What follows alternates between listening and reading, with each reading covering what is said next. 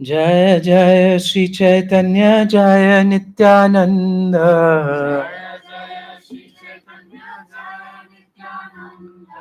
Jaya Advaita Chandra Jaya Gaura Bhakta Vrinda.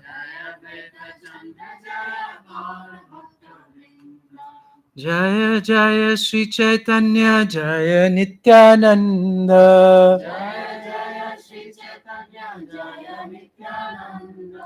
Jaya Advaita Chandra Jaya Gaura Bhakta Vrinda.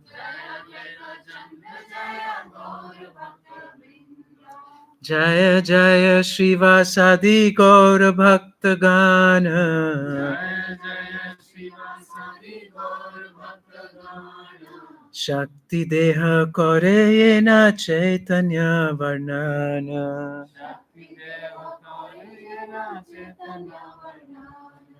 Jaya Jaya Srivasadi Gaura Bhakta Gana. Shakti Deha Kore Yena Chaitanya Varnana.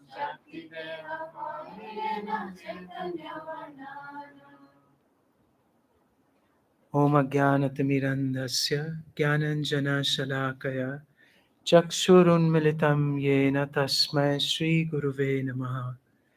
Namam Vishnu Padaya Krishna Pristhaya Bhutale Srimate Bhakti Vedanta Swami Tinamine. Namaste Saraswati Deve Gauravani Pracharine Nirvishesha Shunyavadi Paschate Shatarine Vancha Kalpatarubhyascha Kripa Sindhu Bhaevacha Patitanam Pavanebhyo Vaishnavebhyo Namo Namaha. Jai Shri Krishna Chaitanya Prabhu Nityananda Shri Advaita Gadadhar Shivasadi Gaura Bhakta Vrinda. Hare Krishna Krishna Krishna Hare Hare Hare Rama Rama Rama Hare Hare. So again a very hearty welcome to all of you to today's discussion on Adi Lila, chapter 8. And we had just touched on verse number 15. So as we started discussing last time, but then we couldn't continue the discussion, that in the first 7 chapters of the Adi Lila, so Kaviraj Goswami has in detail explained the Pancha Tattva, and also along with the Pancha Tattva, he's explained the Guru Tattva. So if you look at the first verse of the Caitanya Caritamrita, who would like to recite the first verse? Yeah, the first verse of the Chaitanya. Yes, Mataji. Recite.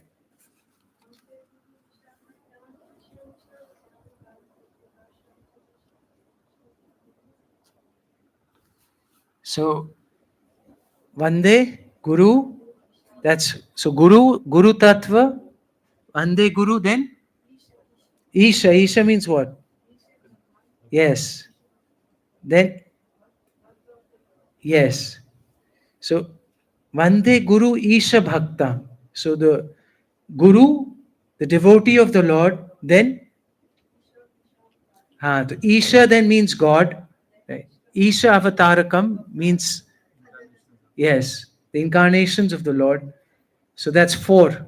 And then Prakash means who? The direct expansion, which is Lord Balaram. And then, yes, that's Shakti. That is Srimati Radharani. So in this way, there's six truths, right, that he explains. He starts off by offering obeisances to them. And then in the 7 chapters, what does he do? He explains the tattva of these truths in more detail, who they are, for what purpose they come, and all the internal reasons for their coming, and why they are, what is their position. So, in great detail, he explains each of these tattvas. So, he explains in the first chapter that Krishna, he resides in these six forms. Krishna, Guru, Bhakta, Shakti, Avatar, Prakash. So Krishna, Guru, Bhakta, Shakti, Avatar, Prakash, ei chhoy rupe Krishna kore na vilas. So this is how, these are his direct forms of the Lord in which he resides. And the more we understand God in a more holistic way, usually we think, of God as a singularity. But when we read the Caitanya Caritamrita, we get a very detailed explanation that God doesn't mean just God himself, but his expansion, his Shakti, his devotee, his avatars. So that's a more holistic understanding of God. So what he has done in the first chapter, he has given a very, very detailed and comprehensive understanding of the science of God. And there are many things that he has revealed that are not revealed everywhere. For example, when Krishna came, that he had 3 unfulfilled desires. He left this world after his Vraj lila with 3 unfulfilled desires. And then in the form of Lord Chaitanya, he fulfills those 3 desires. And then we know that from the Gita that we hear that Krishna comes to establish dharma and protect his devotees and to get rid of, the demons.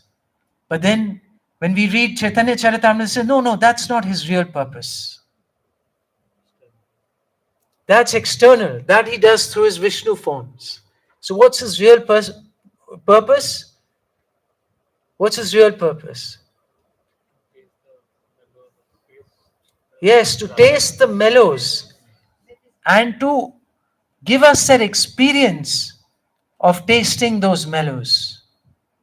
Because without that, what does he say? That without this experience, this world practically has no existence. So many, many deeper truths he reveals, like for example, the position of the gopis, the position of Srimati Radharani, what is real love? These all explained in chapter 4. And then how Chaitanya Mahaprabhu is the Supreme Personality of Godhead. And in order to do that, he has to first prove that Bhagwan is superior to whom? Bhagwan is the source of what? Yes, Brahman and Paramatma. Because for many spiritual practitioners, Brahman or the impersonal truth is the ultimate truth. But he shows, verse by verse, point by point, he demonstrates first that Bhagavan is the source of the Paramatma and the Brahman. And then he demonstrates that who is Bhagavan? Is Vishnu Bhagavan or is Krishna Bhagavan or is Narayan Bhagavan? So then he demonstrates that Krishna is Bhagavan. And then he demonstrates that Krishna comes in the form of a devotee as Lord Chaitanya to fulfill these 3 unfulfilled desires. And then Balaram Tattva in so much detail. Right? Who is Lord Balaram and what is his potency? Everything, the Chaturvyuha coming from him, the Purusha avatars coming from the Chaturvyuha. And in the Purusha avatars, they have a critical role in this, maintenance of this, these universes, material universes. They have a very, very critical role. And so all this is happening. But who is ultimately the Lord? Ekala Ishvara Krishna Arashab Bhrittaya. And then in 7th chapter we see that how the Panchatattva together, their merciful nature comes out in the 7th chapter, and how without considering patra vichar nahi stana je jaha paaye tara kore prema dana. So without consideration, they liberally just go out and they distribute this love of Godhead without any consideration. And then we see that how even the Mayavadi sannyasis ultimately get transformed. And it's a big victory for all the devotees and for the Sankirtan movement. We see in the end that Chaitanya Mahaprabhu, he induces them to chant the Mahamantra. And by chanting, they get purified. And Lord Chaitanya even has prasadam with them. And he accepts the prasad even though it was not offered to a deity.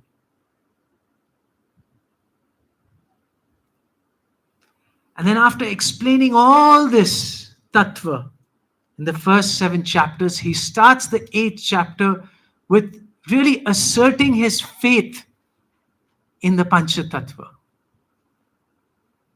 So last time when His Grace Asit Prabhu took the first 15 verses, there were so many powerful verses in this first 14 verses itself, where Kaviraj Goswami strongly asserts that if you don't have faith in the Panchatattva's potency, then, whether you may be a scholar, you may be a great scholar, then even your scholarship is of no value.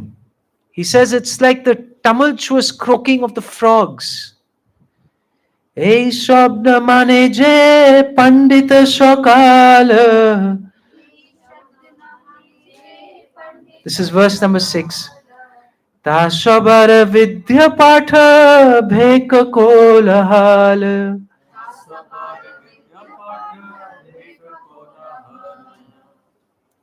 So the education cultivated by the so-called scholars who do not believe these statements of the Sri Caitanya Caritamrita is like the tumultuous croaking of frogs. So Prabhupada writes that the vibrations of the tongues of university professors who do not have spiritual knowledge is like the croaking of frogs. And in the next verse, this is directed for the practitioners, all the aspiring devotees. He says, Ei shabda mane jeba kore Krishna bhakti. Krishna kripa nahi tar gati.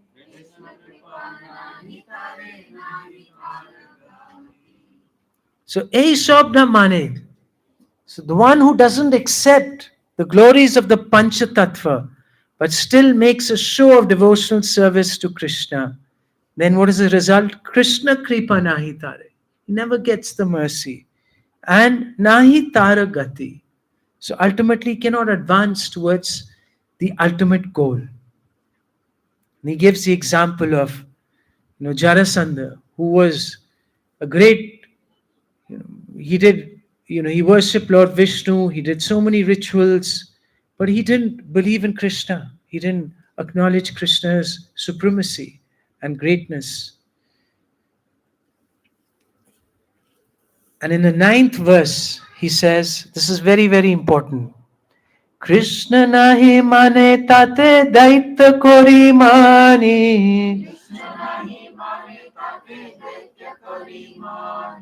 Chaitanya na mani netai che daitya tare jani.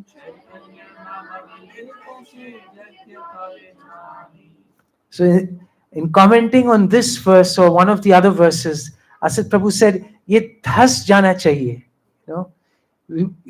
This should be strongly embedded in the core of our hearts, that if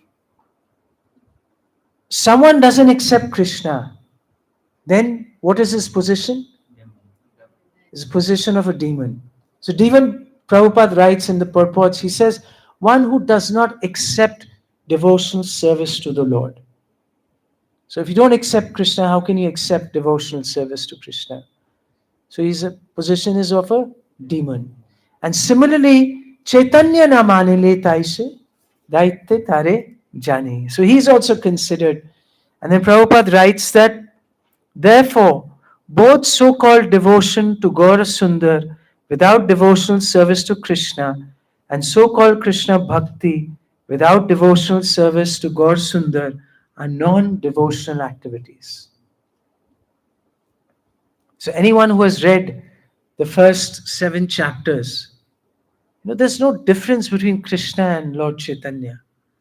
Lord Chaitanya is directly Krishna in the form of a devotee. So if one wants to be successful on the path of Krishna consciousness, he must be thoroughly conscious of the personality of Gaur Sundar as well as the personality of Krishna.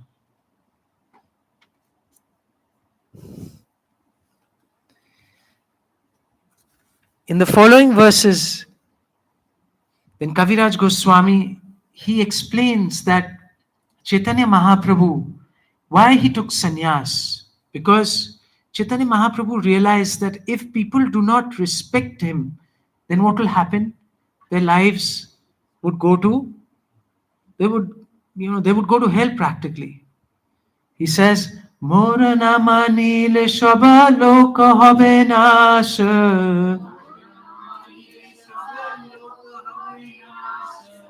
ইতি লাগি কৃপার্থ প্রভু করিল সন্ন্যাস.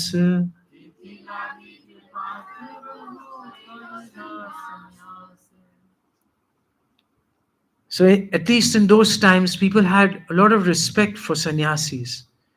And even now, but more so before. So Chaitanya Mahaprabhu said, even if they just offer me their obeisances, at least they'll get delivered from this material existence.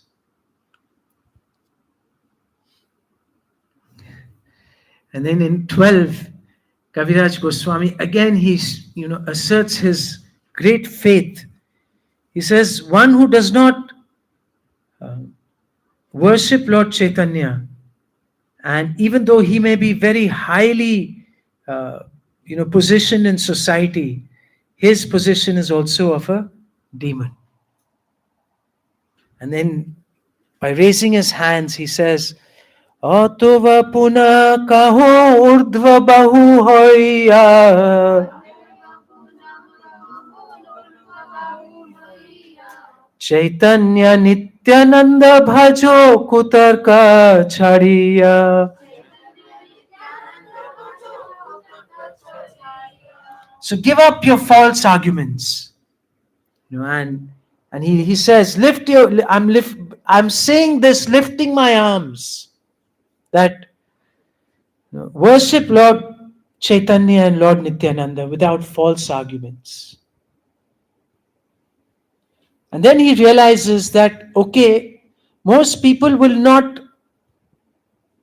accept the Supreme Personality without proper logic and proper argumentation. So he says, okay, if you want to apply that, he says, logicians say that unless one gains understanding through logic and argument, how can they decide upon a worshipable deity? So what he's doing, he's presenting an argument from the logicians. Yadi va tarki ka kahe, tark se praman, tark shastra siddh jay, she sevyaman.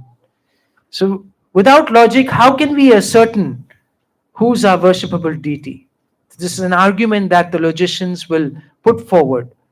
So then he says in 15, where this was the last verse that was discussed, and this is one of my favorite verses. So let us recite this with great enthusiasm. Shri Krishna Chaitanya Daya Karo He Vichara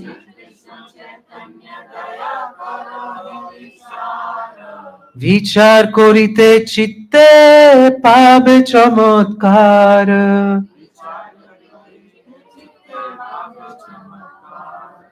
Shri Krishna Chaitanya Daya Karo He Vichara Vichar Korite Chitte Pabe Chamatkar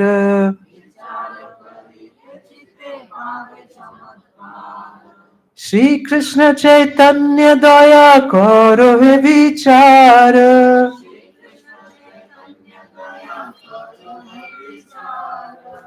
Vichar Korite Chitte Pabe Chamatkar.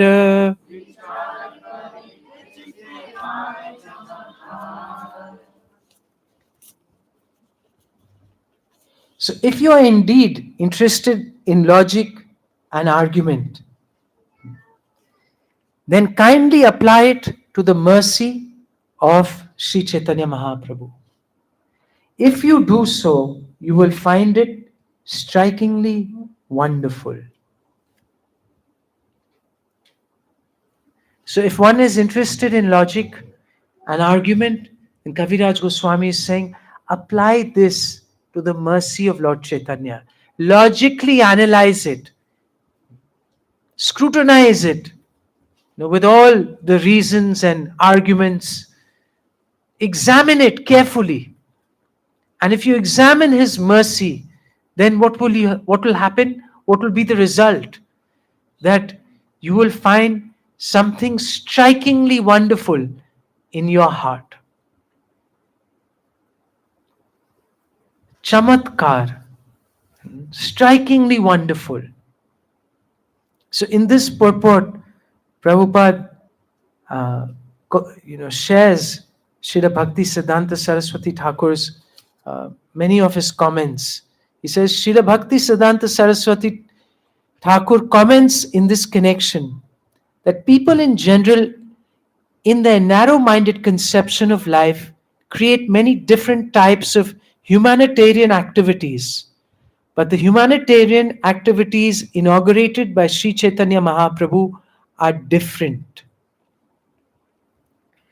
Now, this is a very, very important point, because usually when we think of charitable activities or humanitarian activities, what comes to our mind? What usually people consider humanitarian activities?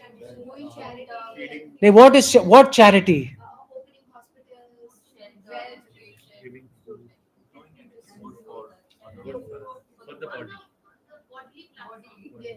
Okay, now you are a step ahead. You're Pandit, so but usually people don't, they don't think this is on a bodily platform. They think charitable activity means, हाँ उसको खाना खिला दिया, उसको कपड़े दे दिए, उसको material education दे दिया, yeah, right? Hospital, free medical treatment, पौधे लगा दिए, yeah. So people think that these are humanitarian activities, and these are humanitarian activities. But what about spiritual giving people spiritual knowledge? What is that? That's time pass? Huh?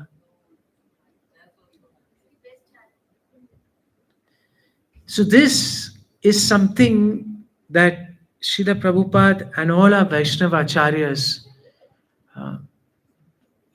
they strongly assert this point, that unless we are convinced that the highest welfare is actually in giving spiritual knowledge and reconnecting the soul to their ultimate creator, their ultimate parent, ultimate father, ultimate friend, ultimate well-wisher.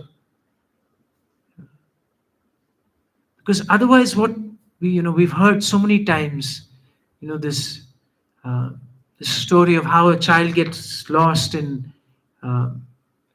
in a mela, and then someone finds him and feeds the child nicely. That pacifies the child for some time. Then again the child starts crying. Then someone says, okay, okay, come, I'll get you some nice clothing. They go take him shopping, you know, and they buy him, clothes, and they buy him toys, and they try many different ways. But ultimately, the child continues to cry. For whom? Yeah, for his parents. So similarly, although we don't realize it, we our connection with the Supreme Lord has become so weak to the extent that we've almost forgotten that we have a Supreme Father. And so unless people are reminded of their true position and their true identity and their true well-wisher and parent, what will happen? That's what Srila Prabhupada writes in the purport, that he says, for logicians who want to accept only that which is proven through logic and argument, it is a fact that without logic and reason, there can be no question of accepting the absolute truth. Unfortunately, when such logicians take to the path without the mercy of Chaitanya Mahaprabhu, they remain on the platform of logic and argument and do not advance in spiritual life. Now Prabhupada says something very, very interesting. He says, however, if one is intelligent enough to apply his arguments and logic to the subtle understanding of the fundamental spiritual substance, he will be able to know that a poor fund of knowledge established on the base of material logic cannot help understand the absolute truth, which is beyond the reach of the imperfect senses.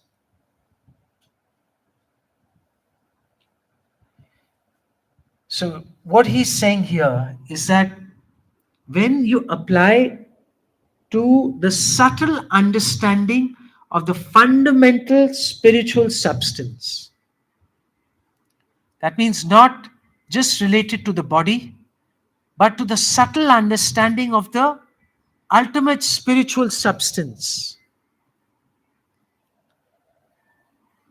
And this is the limitation of all the charitable work that most people do on a bodily platform, because they do not consider the real position of the spirit soul. So they think that, on the bodily platform, they're helping people, so that is good enough. But when we understand who we really are and who the Lord is and what's our purpose for existence, then we know that it's not good enough just to take care of the body. That even the soul needs to be taken care of and needs to be given priority, because ultimately this body is temporary, but the soul will continue to exist. So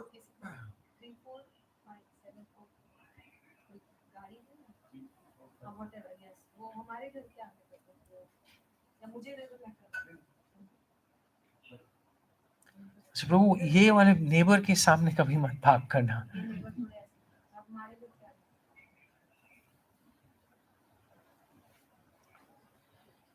So if they apply their logic to understand the absolute truth, then the first thing they will understand that material logic is not good enough to understand the supreme absolute truth. So this we've discussed before, and Prabhupada quotes the Mahabharata. He says, Achintya khalo ye bhava na tam starkena yojaye.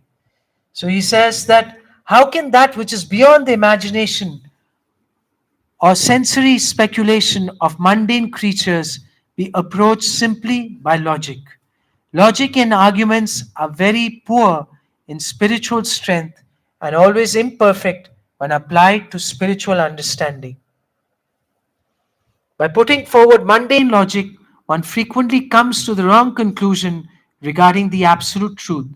And as a result of such a conclusion, one may fall down to accept a body like that of a jackal. So then he goes on to say that if we apply our logic to the humanitarian work done by Lord Chaitanya and how compassionately he has given us the ultimate truth in such a simple and accessible way, without any consideration of our qualification, our position, our material, economic status. So, without any consideration, he has given us the highest truth, which is so difficult to attain, even for spiritualists. So he says, let the logicians compare all the results of other humanitarian work with the merciful activities of Lord Chaitanya. If their judgment is impartial, they will understand that no other humanitarian activities can surpass those of Sri Chaitanya Mahaprabhu. Because Chaitanya Mahaprabhu has given something that can help us transcend this body. And when we transcend this body, then what happens? Do we have the troubles that are associated with this body? So we permanently become free from all the troubles. So when one achieves spiritual perfection, they get a spiritual form that has none of these issues that this body in this material world has. So ultimately, he's giving the permanent solution to get rid of all the kinds of suffering that people are temporarily trying to address. And Chaitanya Mahaprabhu is giving a solution to completely transcend these sufferings for once and for all, and give the soul what it is really hankering. So that's why Prabhupada writes in, he says, however one tries to benefit the body, it will be destroyed, and one will have to accept another body according to their present activities. If one does not, therefore, understand the science of transmigration and considers the body to be all in all, his intelligence is not very advanced.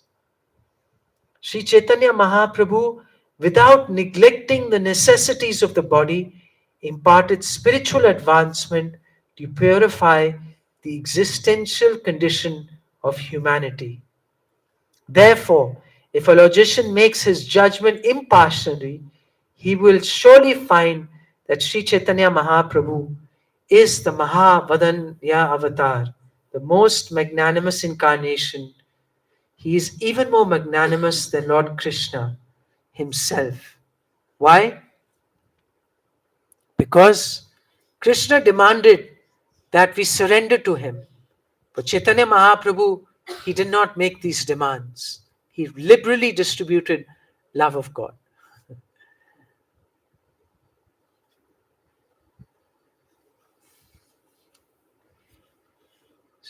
So this verse is very, very important for us.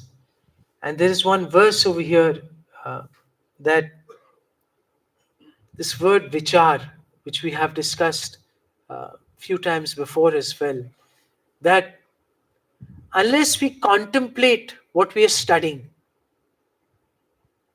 what we are hearing, what we are discussing, if there is no contemplation, then what will happen?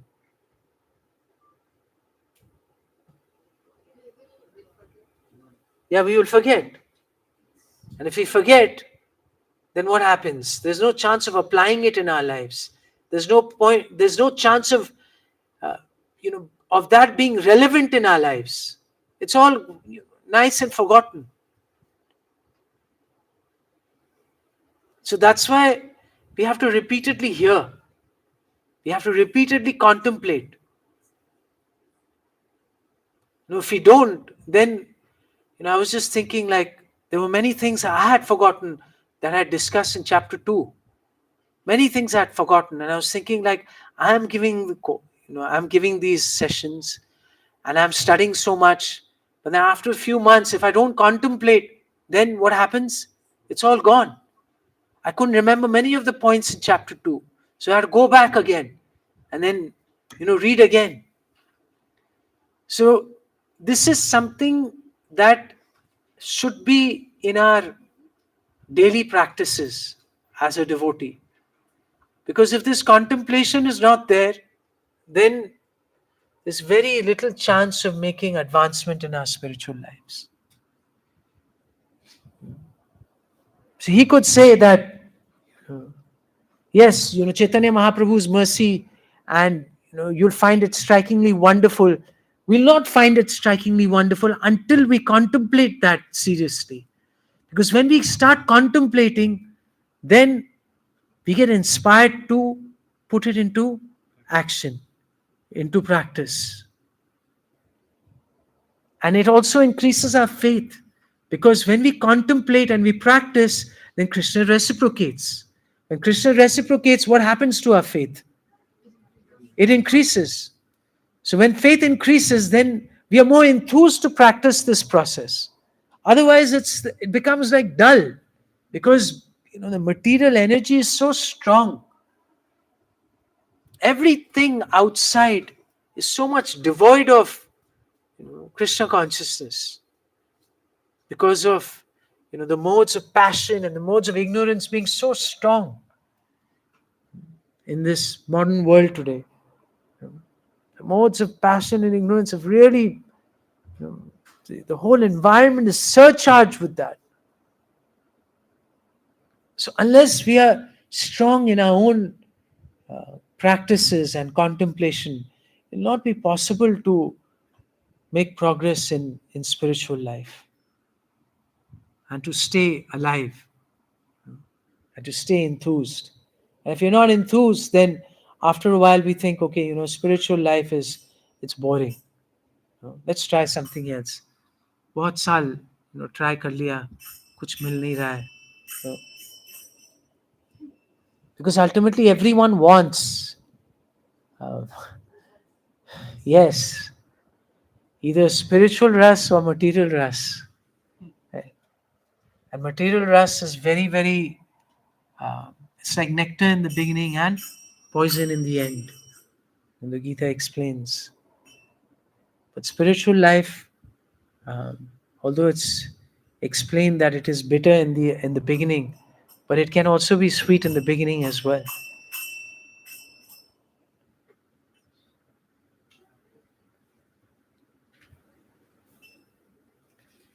So please contemplate on this word vichar.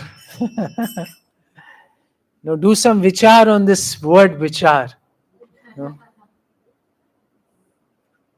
You will find it that without this, he has done this a few times. Even in the first, I think the first or second chapter, he says, I have. I'm presenting this Caitanya Caritamrita after great vichar. So all the verses that he's sharing, all his presentation, it's done with a lot of thoughtfulness. He's just not randomly just presented this.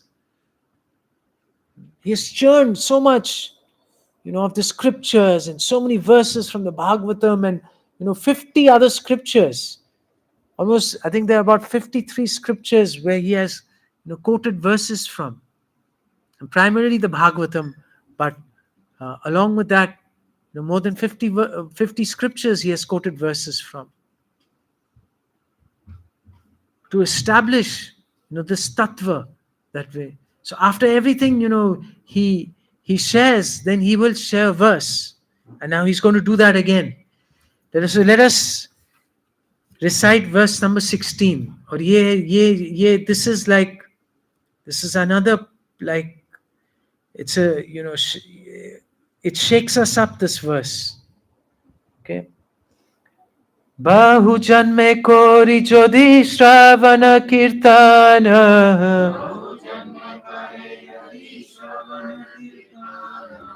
tabuta na pae Krishna pade prema dhana.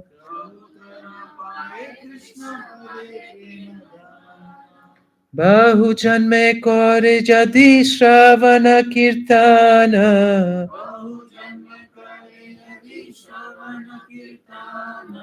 Tabutana pae Krishna pade prema dhana.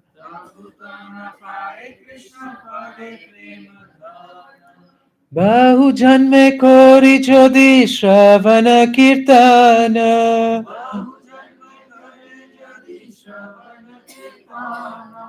Tabutana pae Krishna pade prema dhana.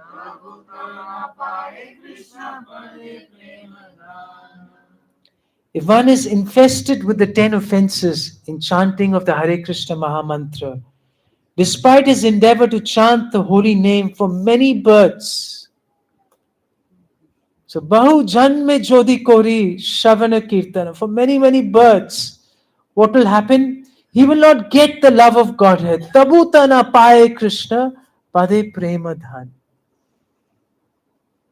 So this great ultimate gift, the ultimate precious, the dhan, the love of God, we will not get it.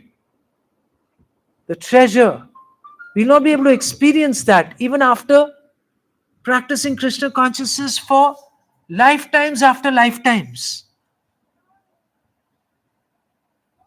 And Srila Prabhupada, although here Kaviraj Goswami, he doesn't mention anywhere about the 10 offenses. Does he mention in this verse? But he will mention later on.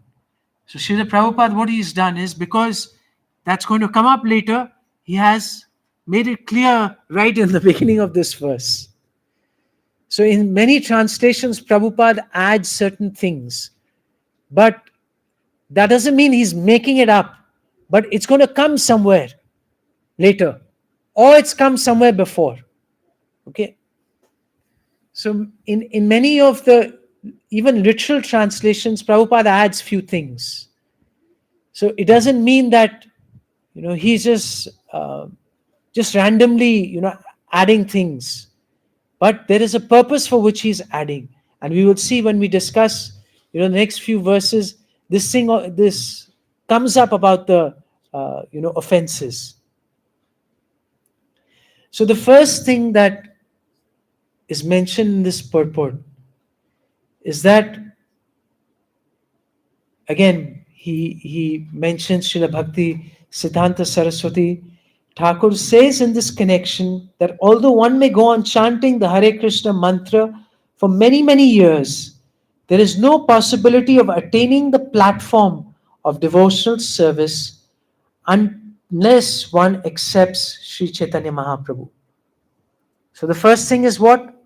That unless we accept Chaitanya Mahaprabhu, then we can go on practicing devotional services for many, many births, but we will not achieve the real fruit of our practices.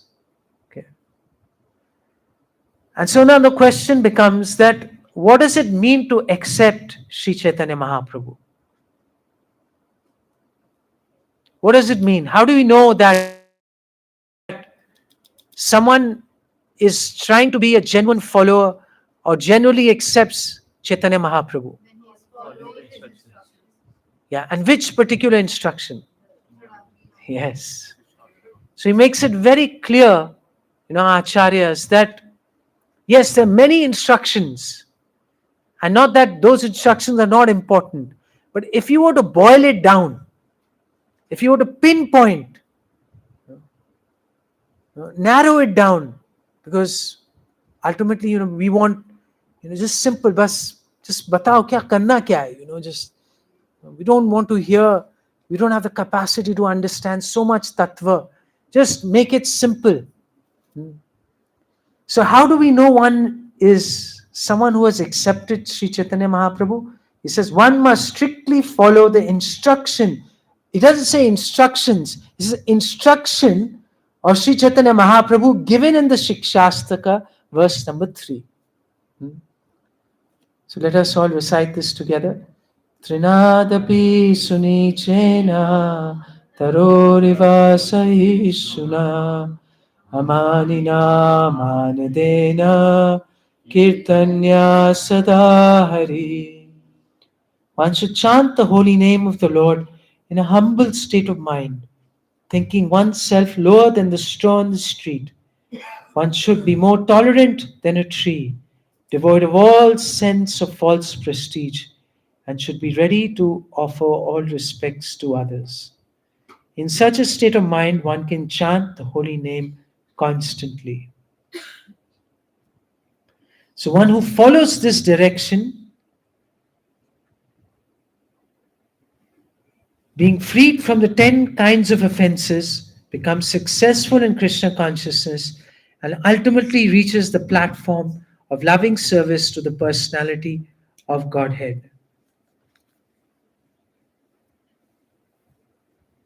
So, this direction, Kaviraj Goswami, he will later on in this Adi Lila, he will say, raising my arms, just like he said before, he will say again that I'm raising my arms and telling you what, that string this verse, string it to the uh, to the necklace of the holy name. Right? So if you really want to chant, Hare Krishna, what you must do with that, you must keep this verse in mind. And he says, wear it around your neck. Right? String this to the, the thread of the holy name and wear it around your neck. He says, I'm raising my hands and I'm saying this. So wherever he's making a strong emphasis for something, like first he said Caitanya na manile, then there's no hope if you don't accept Lord Chaitanya. And now later on he'll say that if you really want to follow Chaitanya Mahaprabhu's instruction, then chant Hare Krishna, then string this verse to the necklace of the holy name and wear it around your neck.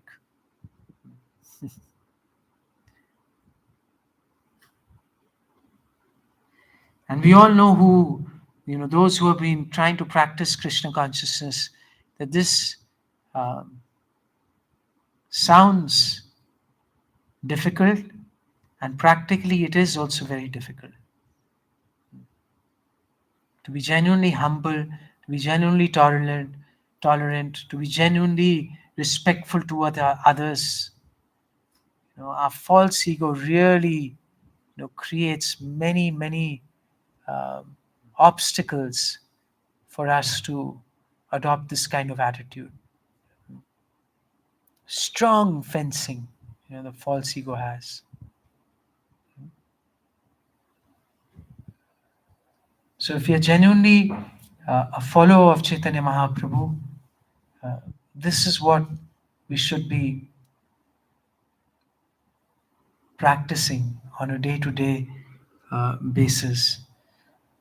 And this verse is very unique because it has the goal and it also has the process.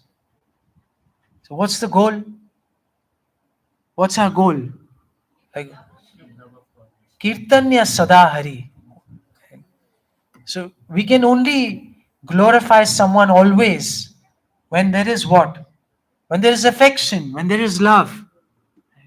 Then only we can naturally glorify someone. Otherwise, Kirtanya Sadahari is never possible. And that will only happen when we chant with this kind of mentality. Because Prabhupada says in the second, he says that we will not become, one who follows this direction will become free from the 10 kinds of offenses. If we don't follow this direction, then the offenses will not go. And if the offenses don't go, then we will not realize the fruit of the chanting of the Hare Krishna mantra. And Bahu Janme, We can go on chanting for lifetime after lifetime and experience, great dryness. Why? Because we're not following this simple attitude that is going to help us, free us from the 10 offenses.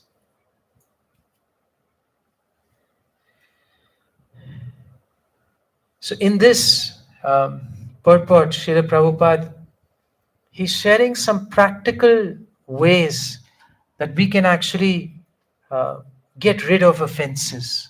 So the first thing is to accept Lord Chaitanya, to follow the instruction that he has given us in the third shloka of the Shikshastakam. Third thing that Srila Prabhupada says, one must come to the understanding that the holy name of the Lord and the Supreme Personality of Godhead Himself are identical. Okay. So one cannot reach this conclusion unless one is offenseless in chanting the holy name. So at least theoretically, we must be convinced that there's no difference between the holy name and the Lord. The person Lord and the holy name, there is no difference. And the more we are cleared of our offenses, the more we will become conscious of that. But at least theoretically, we should know and we should be convinced that the holy name and Krishna, they are identical. Thus, one is understood to be an eternal servant of the Supreme Personality of Godhead if he considers himself an eternal servant of the holy name, and in this spirit distributes the holy name to the world. One who chants in that spirit without offenses is certainly elevated to the platform of understanding that the holy name and the personality of Godhead are identical. So uh, this is also a great tip that we are getting here, that we should consider ourselves an eternal servant of the holy name, just like we consider ourselves as the eternal servant of the Lord. Prabhupada is saying that we should consider, he considers himself an eternal servant of the holy name, and in that spirit we distribute the holy name, we share it with others.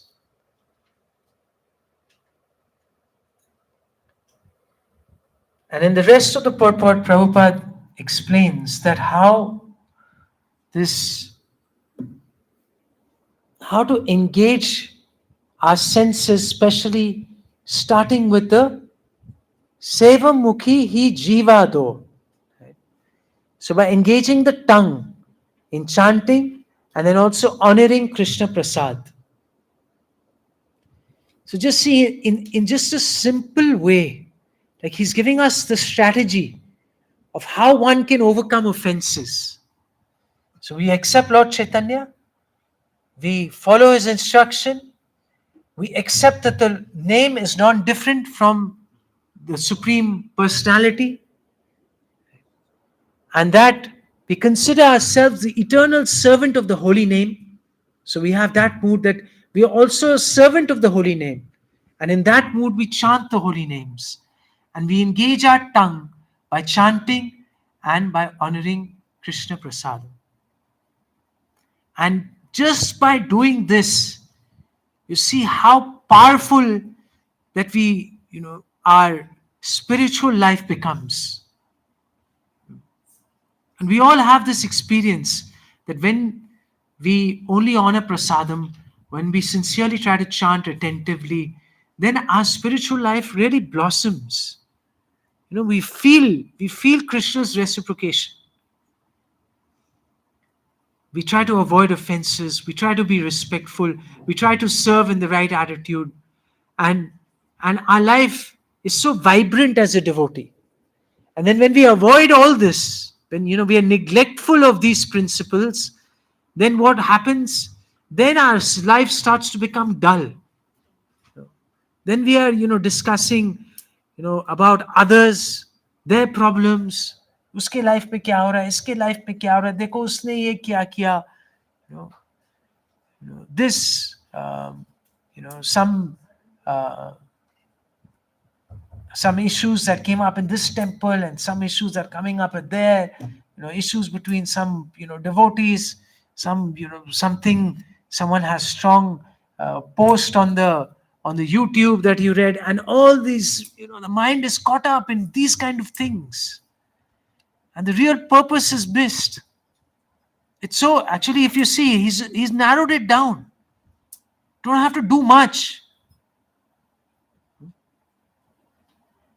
It's not, Prabhupada said in the previous purport, he says, Sri Chaitanya Mahaprabhu, without neglecting the necessities of the body, imparted spiritual advancement to purify the existential condition of humanity. So Chaitanya Mahaprabhu, he did not neglect the needs of this body. Majority of his followers, they were householders.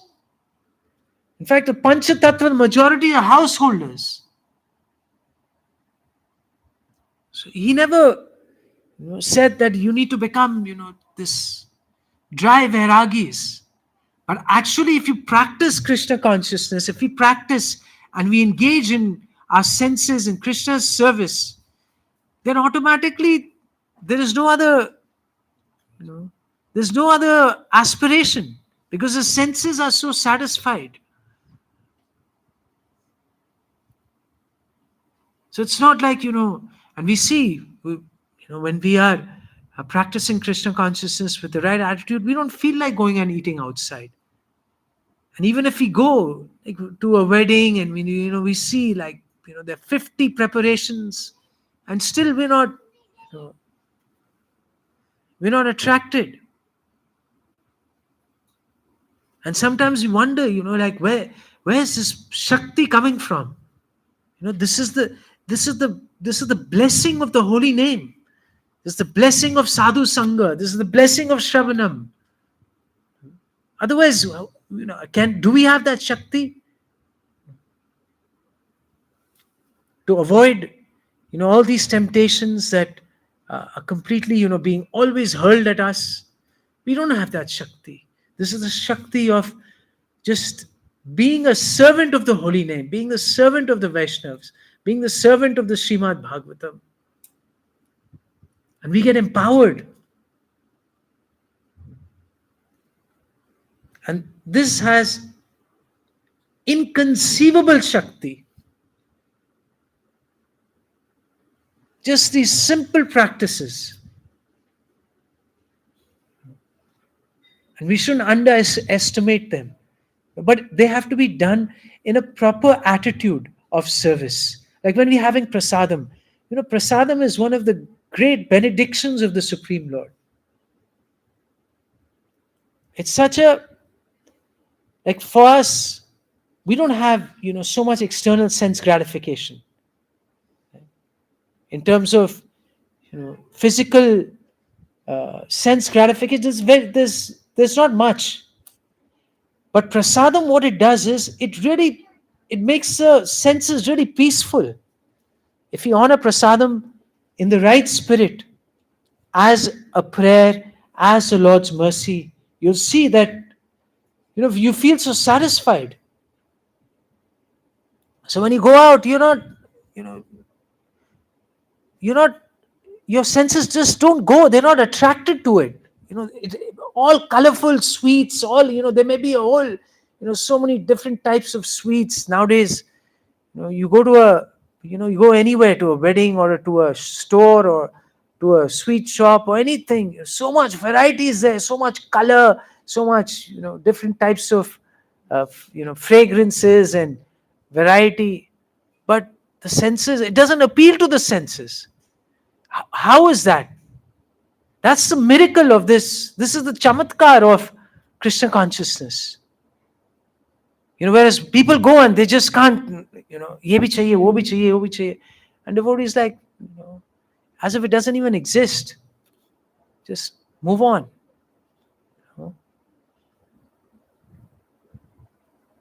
So we can all have that experience, but our lives have to be enriched with the real substance. So all these simple practices, they appear very simple, but they are really powerful. Say Anamrita Pav, right? Radha Krishna Gunagao, Preme Dako Sri Caitanya Nitai, Jai Nimai, Jai Nitai. So if you honor prasadam in that kind of spirit, with that gratitude, with that prayerful attitude, that prasadam is like, it's spiritual potency to protect us, and it pacifies all our senses.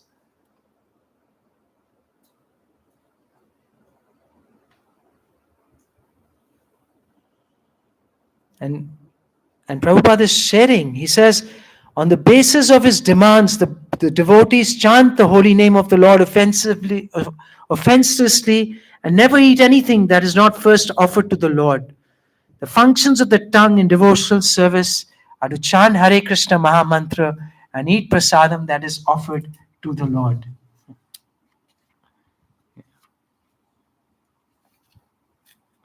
Now he will explain that how rare this Krishna consciousness is, this Krishna prem.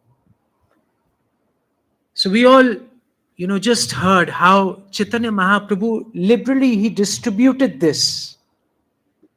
So sometimes when something is liberally distributed, you think, theek hai, it's normal. कोई ऐसा कुछ special चीज नहीं दिया, because इतनी आसानी से दे दिया, so easily, liberally he gave. Now he's going to remind us, after explaining all this liberal distribution, now he's going to tell us that what has just been distributed, don't think this is cheap. This is very, very rare. So let us recite this verse. This is from so this one is also from the Bhagavatam, this verse. Jnanata sulabha muktir bhuktir yagnadi punyata sevam sadhana sahasrer hari bhakti susudharlabha. By cultivating philosophical knowledge, one can understand his spiritual position and thus be liberated. Right? Jnanata sulabha muktir. So what will be the result after cultivating philosophical knowledge? Mukti. Bhuktir yagya adi punyata. So by performing sacrifices and pious activities, one can achieve sense gratification in a higher planetary system. But the devotional service of the Lord is so rare that by even executing hundreds and thousands of such sacrifices, one cannot obtain it.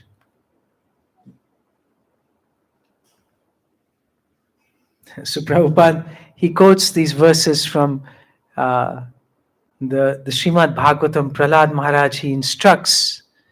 He says that these shlokas are to be discussed. Their purport is that one cannot obtain Krishna Bhakti or the devotional service of the Lord by official execution of the Vedic rituals. One has to approach a pure devotee. Narottam Das Thakur sings, Charya Vaishnav Seva Nishtara Payeche Keva. Who can be elevated without rendering service to a pure Vaishnav? It is a statement of Prahlad Maharaj that unless one is able to accept the dust of the lotus feet of a pure Vaishnav, there is no possibility of achieving the platform of devotional service. That is the secret. The above mentioned Tantra Vanchana, quoted from the Bhakti Rasamrita Sindhu 1.136, is our perfect guidance in this connection. Then he says in 18, Krishna যদি ছুটে ভক্তে ভুক্তি মুক্তি দিয়া,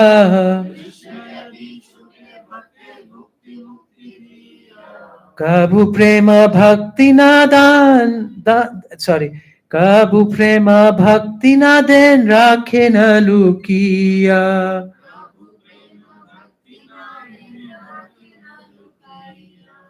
কৃষ্ণ যদি ছুটে ভক্তি ভক্তি মুক্তি দিয়া,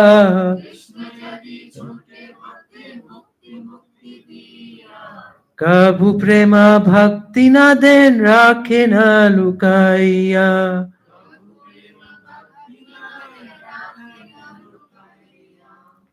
If a devotee wants liberation or material sense gratification from the Lord, Krishna, what does he do? He immediately gives. But prema bhakti na den. He doesn't give prema bhakti easily. Rakhena lukaiya. So he hides it. He keeps it hidden. Now, why is that? Why do you think Krishna hides? Okay, rarest of the rare, but okay. Because Krishna gets sold. Who said this? Krishna is? Sold. Yes. Krishna is sold out to that devotee. That means, okay, so someone wants bhukti or mukti. For him, Krishna doesn't matter. So, ठीक है ले लो, जो लेना है ले लो. But pure devotional service means he has to give himself. You know? Because prema hoy vash. So Krishna is captured. So that's why Prabhupada says we are interested in capturing the Supreme Personality. So the goal of Krishna consciousness is not like some, little goal. He says we are interested in capturing the Supreme Personality. Capturing by what? By our weapons. Huh? No, yes. By our selfless devotion. That is what captures Krishna.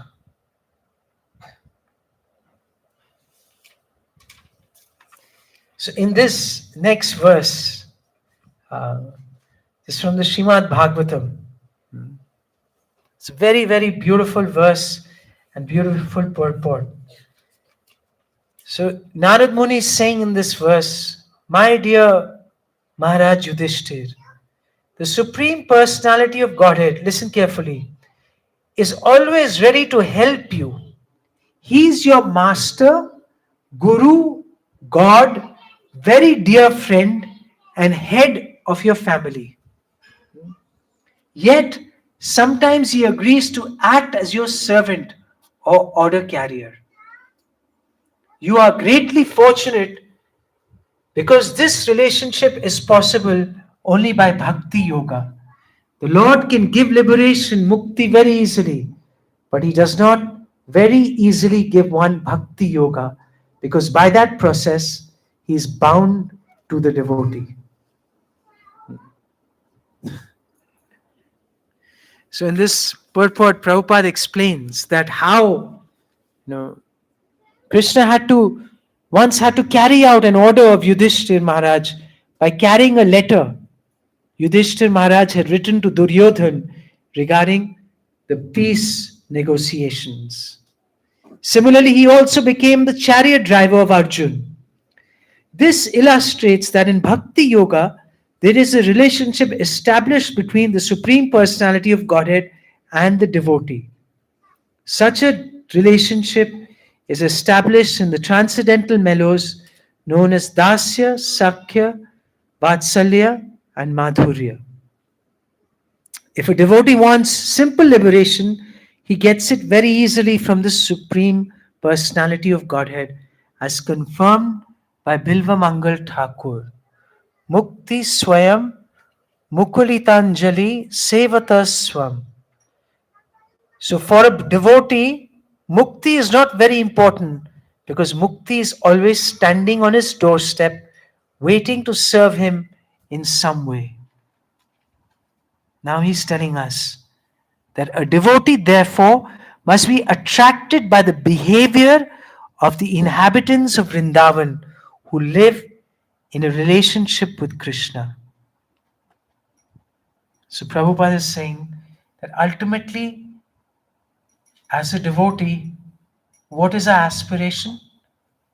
To be inspired by one of these Vrajvasis and their bhav towards Krishna.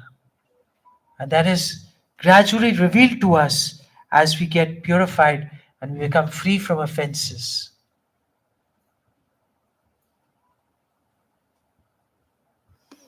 While executing devotional service, one must be naturally inclined to serve Krishna in one of these transcendental relationships. This is the actual success of life.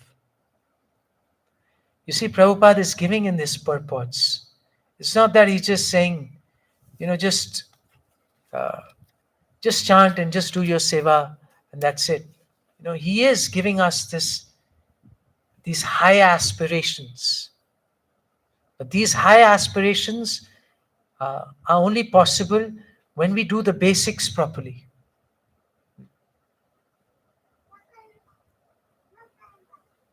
And then he explains that how, devotees, they never accept the idea of mukti. And that Mayavadis,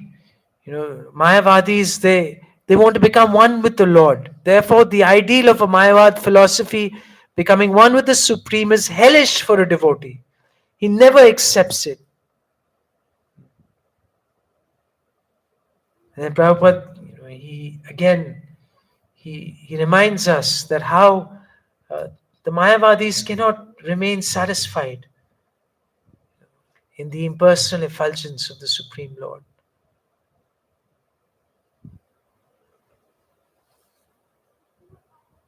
Now this verse number 20, it is such a beautiful verse that even though this Krishna Bhakti is so rare, now see the magnanimity of Lord Chaitanya Mahaprabhu in this verse. He brings it out even further. He says, Hena prema Shri Chaitanya dilo jata tatha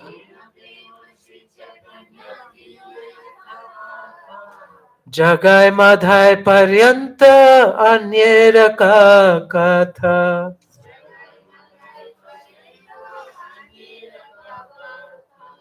Hena prema Shri Chaitanya dilo jata tatha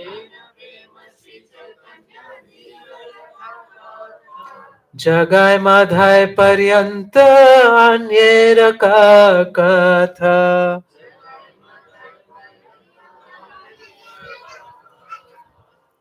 So Lord Sri Chaitanya Mahaprabhu has freely given this love of Godhead everywhere and anywhere.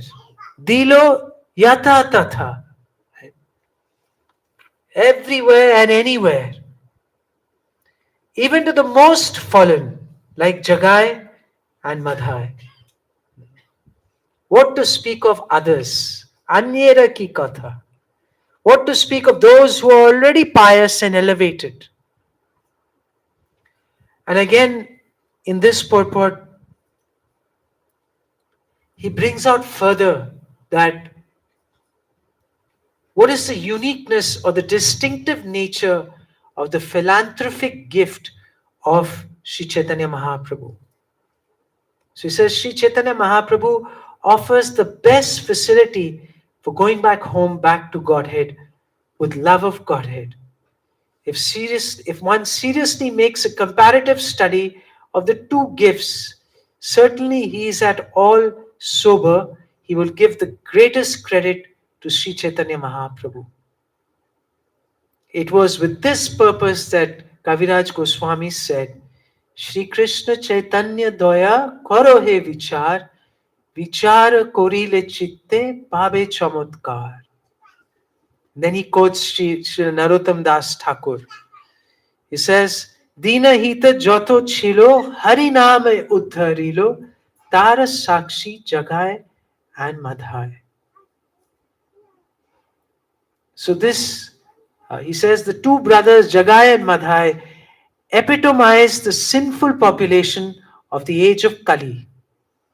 They were the most disturbing elements in society because they were meat eaters, drunkards, woman hunters, rogues, and thieves. Yet Sri Chaitanya Mahaprabhu delivered them, to say nothing of others who are very sober, pious, devoted, and conscientious. So just see how he's bringing out the supreme mercy of Chaitanya Mahaprabhu, the supreme gift that Chaitanya Mahaprabhu has given us, that the most rare thing where Krishna has to completely give himself.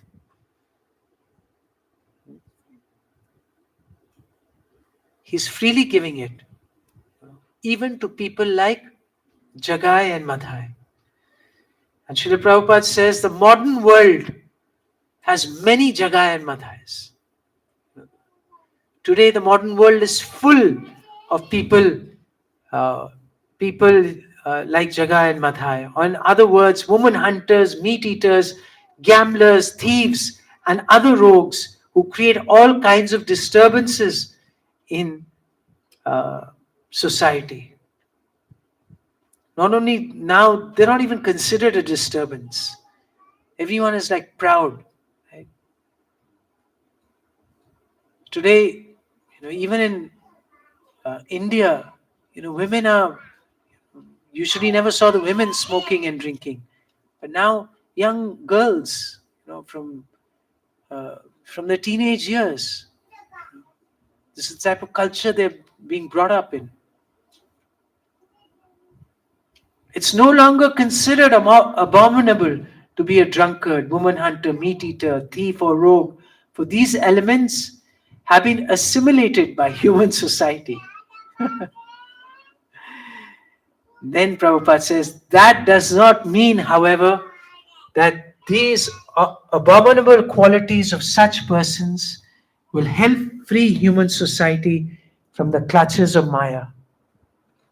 Rather, they will entangle humanity more and more in the reactions of stringent laws of material nature. And then he goes on to say that, as long as we are associating with the modes of the passion and ignorance, then what will happen? We will get more and more entangled in these stringent laws of material nature and continue to suffer, lifetime after lifetime. So he's cautioning us that this culture of greed and lust will actually destroy us. It'll entangle us, and it'll just continue our suffering, not only in this lifetime but in the next lifetime. And that's why this Bhagavatam culture, this Bhagavatam dharma is so necessary to subdue this passion and ignorance, all this lust and greediness. That's what Prabhupada quotes the Srimad Bhagavatam 1.2, 18 and 19. So we can recite these verses together. These are very important verses. Nashta prayesu abhadreshu nityam bhagavata sevaya bhagavati uttama shloke bhaktir bhavati naistaki tada rajastamo bhava kamalobhadayaschaye chetaitarana vidham stitam sattve prasidati. So considering the chaotic condition of human society, if one actually wants peace and tranquility, one must take to Krishna consciousness movement and always engage in Bhagavad Dharma. Because this has the power to dissipate all ignorance and passion. And when ignorance and passion are dissipated, one is freed from greed and lust. And then only we become sober, then we become Brahmanically qualified, and then we make further advancement and become situated on the Vaishnav platform. It is only on this Vaishnav platform that it is possible to awaken one's dormant love of Godhead, and as soon as one does so, his life is successful. So, this is the path to success. This Bhagavad Dharma. Nityam Bhagavata Sevaya. Shravanam Kirtanam. Associating with the devotees. So, otherwise, we'll continue to stay entangled. And Prabhupada says, people who don't understand this because they have no sense of God, but the Krishna consciousness movement can help them to understand God and to understand that everything belongs to God. This is Bhagavad Dharma. Since everything is the property of God and all the living entities, not only human beings, but even animals, birds, plants, and so on, are children of God, everyone has the right to live at the cost of God with God consciousness. This is the sum and substance of Krishna consciousness movement.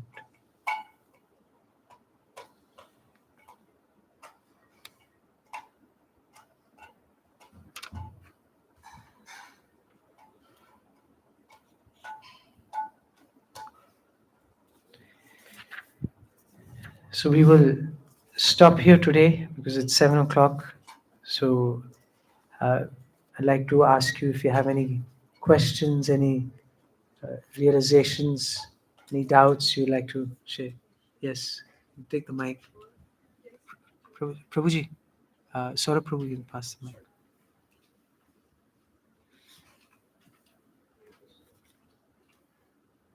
Hare Krishna. Yes, ma'am. I just wanted to ask in text 15, where the Prabhupada has used the analogy of a jackal. I couldn't understand that analogy. End of the first paragraph in the purport.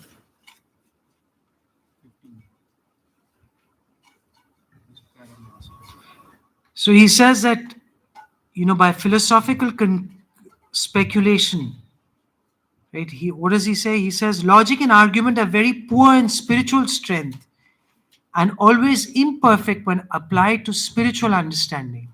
So very clear that we can't understand God by just our logic and argument. So he's saying by putting forward mundane logic, one frequently comes to a wrong conclusion. So if we come to the wrong conclusion about the supreme absolute truth, then what's our future? What's our future? So our future, as he says, one may fall down to accept a body like that of a jackal. So again, we may go into animal life. So all the logic, mundane logic and argumentation that we used, ultimately, where is it getting us? It's degrading our life. Ultimately, we're going into, there's a possibility we could even get into animal life. Suppose you use your mundane logic and, argument, and you become atheistic. What will happen? And you take to sinful life. So what's the future for such a person? We go down in the species or go up in the species? Go down. So then he says you could go, you can become a jackal. Yes, true. Verse number 16. 16, yes. Yeah, it hit bit hard because it's very clearly mentioned that for lifetime you keep doing your job, and if out of 10 now projects would happen, you will never be able to reach where you are trying to. Now in so this was verse. Now in purport, Prabhupada gave 3-4 pointers that you do this and it's sorted. Yes. First 10, for me, I can say out of 10 or 9, I would be doing it subconsciously or somehow Yes. consciously. But yeah, I do. Out of 3-4 things which are Prabhupada given in purport, out of that, I think 1 or 2 I'm my mind is firing to. How do we balance out, or for myself, sorry, how do I balance out and lead into that way where this is uh, this is somewhat not. Um, I may try to do it. Yeah, so when we discuss the next few verses, uh, they're more hope giving. So it's a fact that when in chanting the Hare Krishna Mahamantra, there's a consideration of offenses. But in chanting the Panchatattva mantra, there's no consideration of offenses. So that's going to come. So through their mercy, we will be able to free ourselves from the offenses to the Mahamantra. Okay. So it is not all hopeless, but the facts have to be stated, as they are. That we shouldn't think, okay, just because the Mahamantra is there, everything is, jaise marji kar lo. But we'll not reap the effects of the Mahamantra unless we are free from the 10 offenses. Now the point is, is there any hope for us?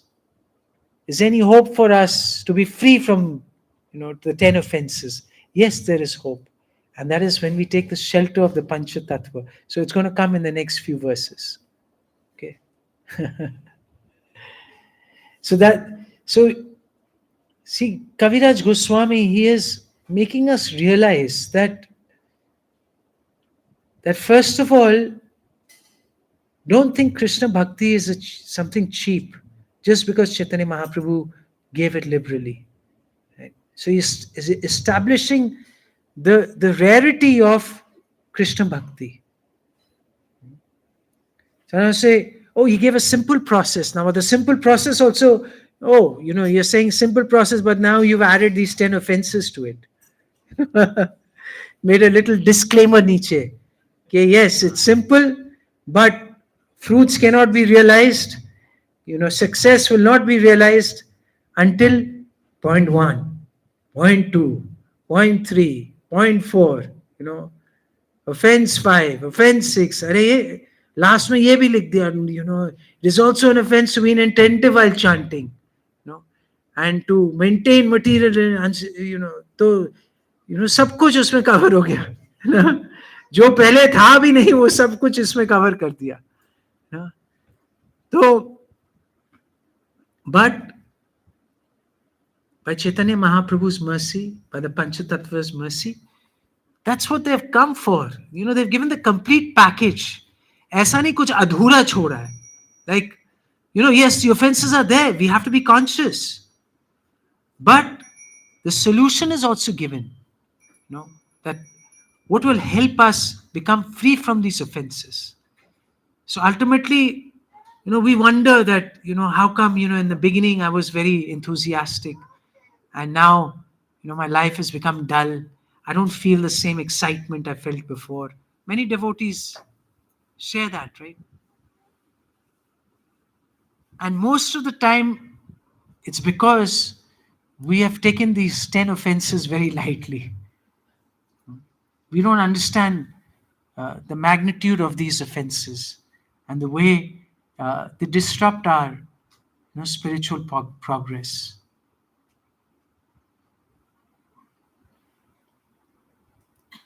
But there is hope, and we will study in the next few verses. Yes. Kaviraj Goswami, his presentation is full of hope. So don't worry. He'll never leave us that, ab kya kare? Fas gaye ab. No. Nahin.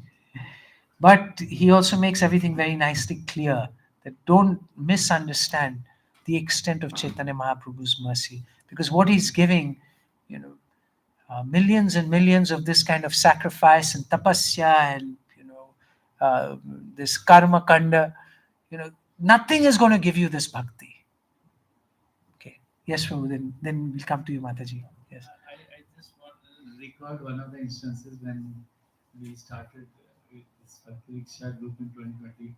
So one of the devotees was there. So he said, this is cheating. Like, initially you say, okay, just chant the holy name and then everything you will be happy.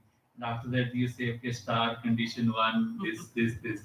So I just record that because, uh, just so we try to tell people and to ourselves that this is the way, but actually the science is also very deep.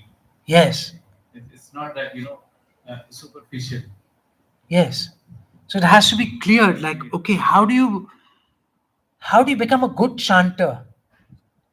And how do you know that you're chanting in the right spirit? Okay, chant Hare Krishna, but what about the mood it should be chanted in? What's the spirit, right attitude to chant the mantra? If we don't know this, then how will we do it effectively? And that's why it's clearly spelled out, that what's the real obstacle that has to be avoided and what has to be adopted. Trinadapi Sunichina is adopted, and avoided is the 10 offenses. So it's like what, Yeah, how, and why. yes. That's the sequence. So everything is there. Yes, Shruti Mataji, you have a question. Yeah, I was just going through the verse number 19 and 20. Yes, And I just want to share my realization and also please correct me because in 19 it's saying that Krishna doesn't give bhakti yoga so easily because then he's sold out. But in Yes. 20, Mahaprabhu is super merciful. He's giving it to everybody, anybody, even people like Jagai Madhai, like us who are not capable. So this is like, I just read it once Yes. again and it really hit me so hard that I never realized it that way. The way it is. yes.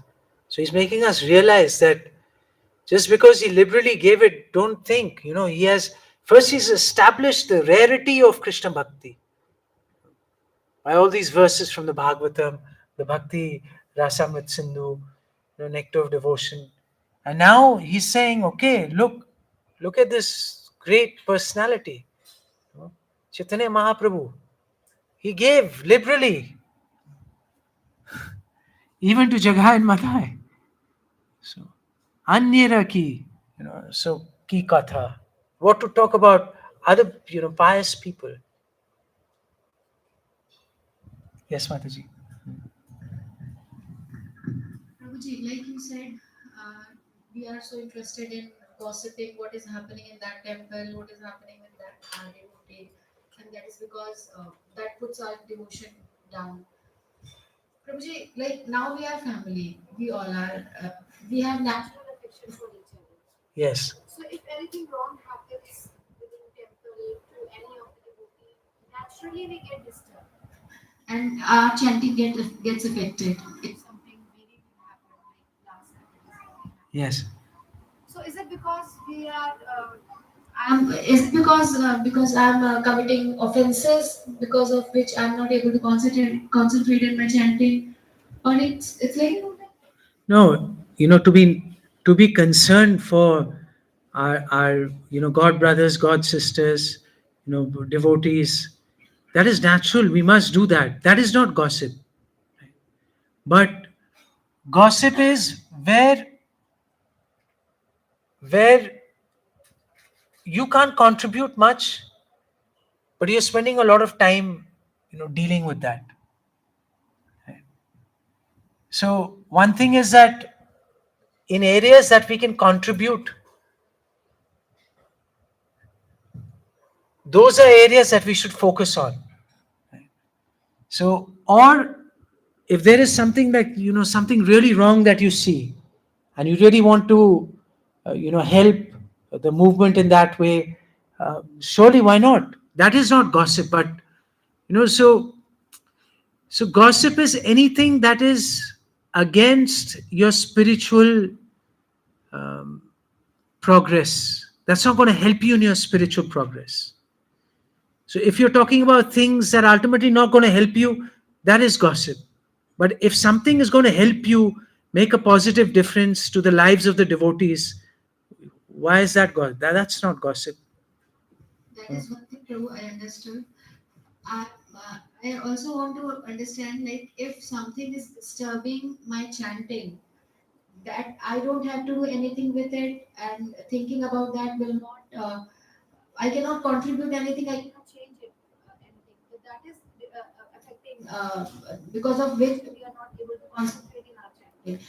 Is it because we are, because of the offenses, I am not able to understand that this should not affect my chanting?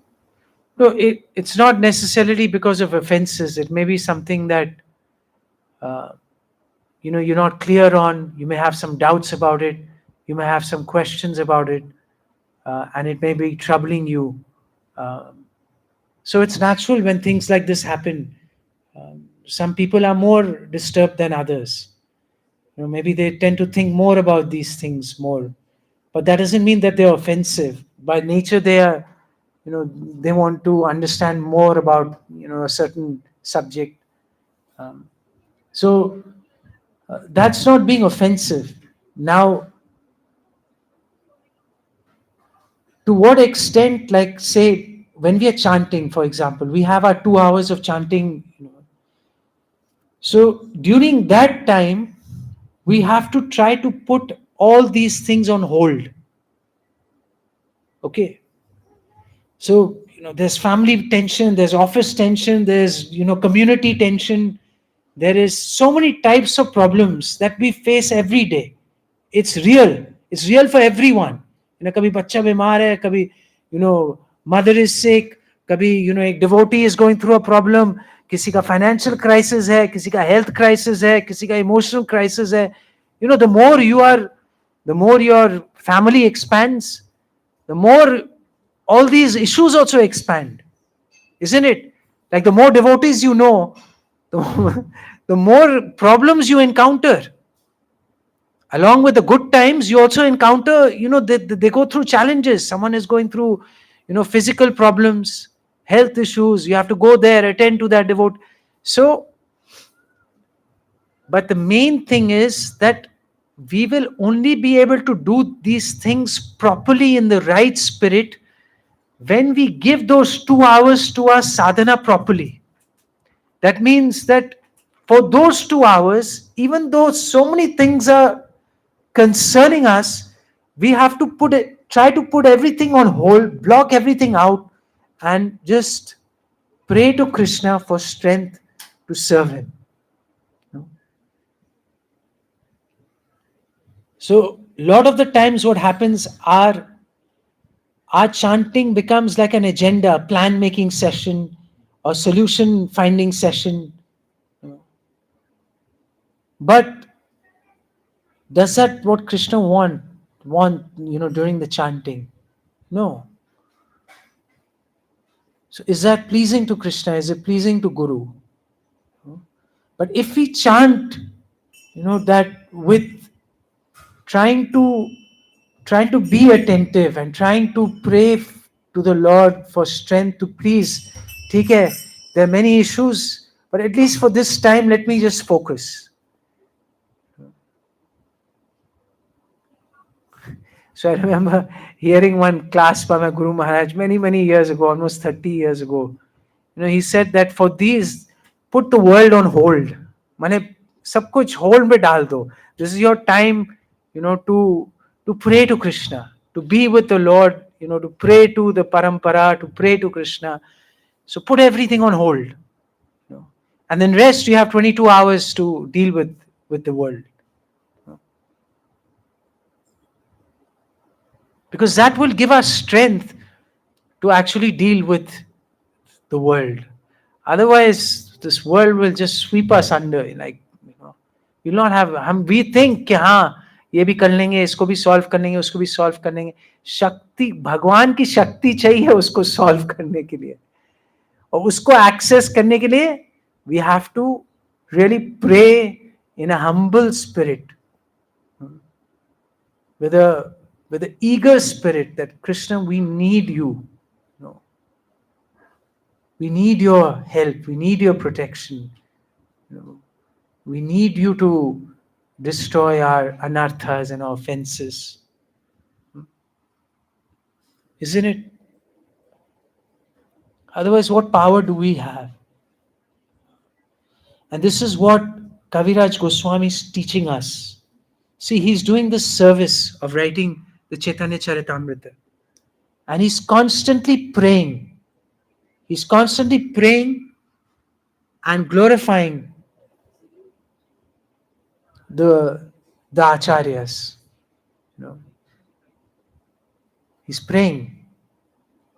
Shakti deha kore yena chaitanya varna. He's happy. He agrees. See who's happy? Let me show you. Where is he gone? चला गया. इधर आओ. इधर आओ. Can you see him now? हरी बोल करो.